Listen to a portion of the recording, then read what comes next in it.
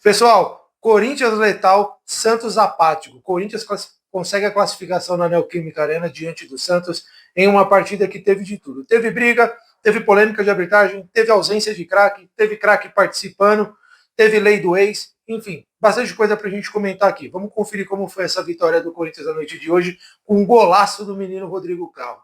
Confere sua inscrição aqui e roda a vinheta.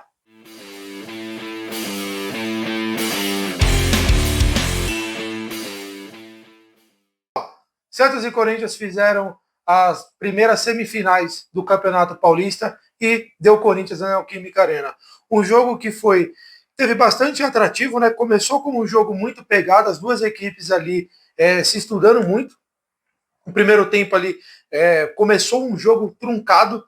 O Santos logo subiu a sua marcação e não deixava o Corinthians sair jogando, né? Complicou bastante no comecinho ali a saída de jogo do Corinthians. E quando o Santos estava começando a criar casca, ficando melhor, o Corinthians faz uma jogada ensaiada num belíssimo gol, tá? Um belíssimo passe do Memphis, acha o Yuri Alberto nas costas do menino Sherman, 1-0 para o Corinthians, muito merecido, porque se o Corinthians não era brilhante no começo do jogo, ou pelo menos não foi durante toda a partida, o Corinthians foi letal. Esse é o título do vídeo, isso é o que eu tenho para falar para vocês.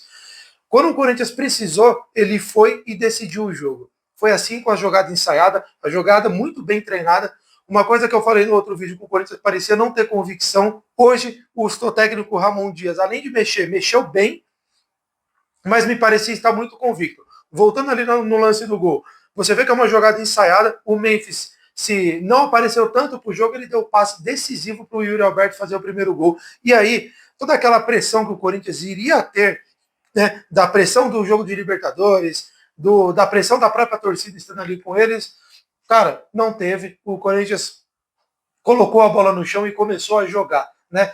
Nenhuma grande ação de um lado, nenhuma grande ação do outro, mas assim, um jogo muito truncado, um jogo muito parelho, e era o jeito que o Corinthians queria. O Santos não chegava de forma nenhuma, o Santos não teve praticamente chute no gol, tá? Totalmente apático. Como que o Santos consegue chegar ao gol? No pesadelo corintiano, que é a bola parada. Toda bola parada do Corinthians é um Deus nos acuda. Eu estou cansado de falar isso, torcedor corintiano sabe como que é. Um escanteio muito bem cobrado pelo Guilherme, que foi a única ação do jogo dele, colocou a bola na cabeça do Tiquinho, jogo empatado, fomos para o segundo tempo.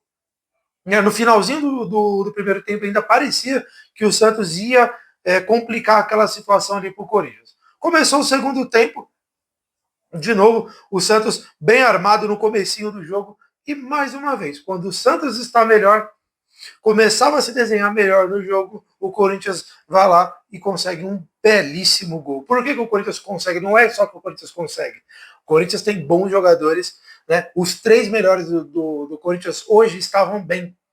Garro, Yuri Alberto e o Memphis. O Memphis, se não foi essencial na partida, né? Se não foi o supra-sumo ali, ele serviu para dar o passe do gol. Estava atento, levou perigo, né? Plantou o triplex na cabeça do Gil ali. Hora ou outra os dois se desentendendo. Garro fez um belíssimo gol, belíssimo. E o Yuri Alberto oportunista fez o primeiro gol. Então, assim, o Corinthians, quando precisou, os três ali estavam aparecendo. O Santos parecia um catado. E esse segundo tempo do Santos foi o reflexo do que foi esse trabalho do Caixinha, esse paulista. Eu não sei se o Santos melhorou as últimas 4 partidas de invencibilidade, onde eu fiz até um shorts falando aqui que o Santos chegava melhor para a partida por conta dessa invencibilidade que teve durante o campeonato, mas não se sustentou tudo isso. Né? Eu não sei se essa melhora do Santos foi só porque o Neymar estava em campo, porque o trabalho do Caixinha foi horrível. No segundo tempo, a gente não tem o que falar, porque não teve jogo. O jogo foi truncado. Depois que o Corinthians fez o gol, o jogo foi truncado, o jogo foi parado, não tinha jogo. E estava tudo certo, faz parte do futebol. Demais chora menos. É a lei do futebol. O Corinthians, depois que fez o gol ali, fechou a casinha, era bumba meu boi, era madeira, e no contra-ataque quase ainda consegue ampliar o jogo. Tá muito merecida essa vitória do Corinthians, porque os principais jogadores, os craques, apareceram. Do lado do Santos, quem era para aparecer não apareceu. Guilherme, péssimo no jogo, não teve uma ação.